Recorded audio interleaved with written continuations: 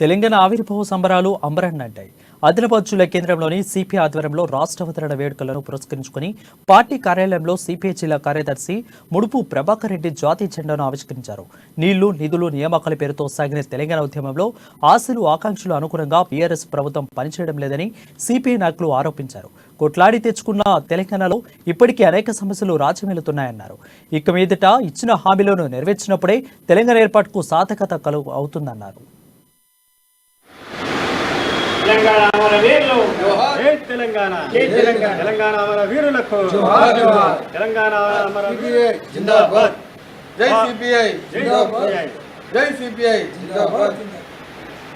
తెలంగాణ రాష్ట్రం కొరకు వేలాది మంది ప్రాణత్యాగంతో వాళ్ళ 1967 నుండి తెలంగాణ రాష్ట్రం అనేది మొన్న కేసీఆర్ పుట్టినప్పుడు తెలంగాణ రాష్ట్రం కాలే. భారత కమ్యూనిస్ట్ పార్టీ సిపిఐ తెలంగాణ రాష్ట్రం కొరకు తెలంగాణ సాయుధ పోరాటం చేసింది.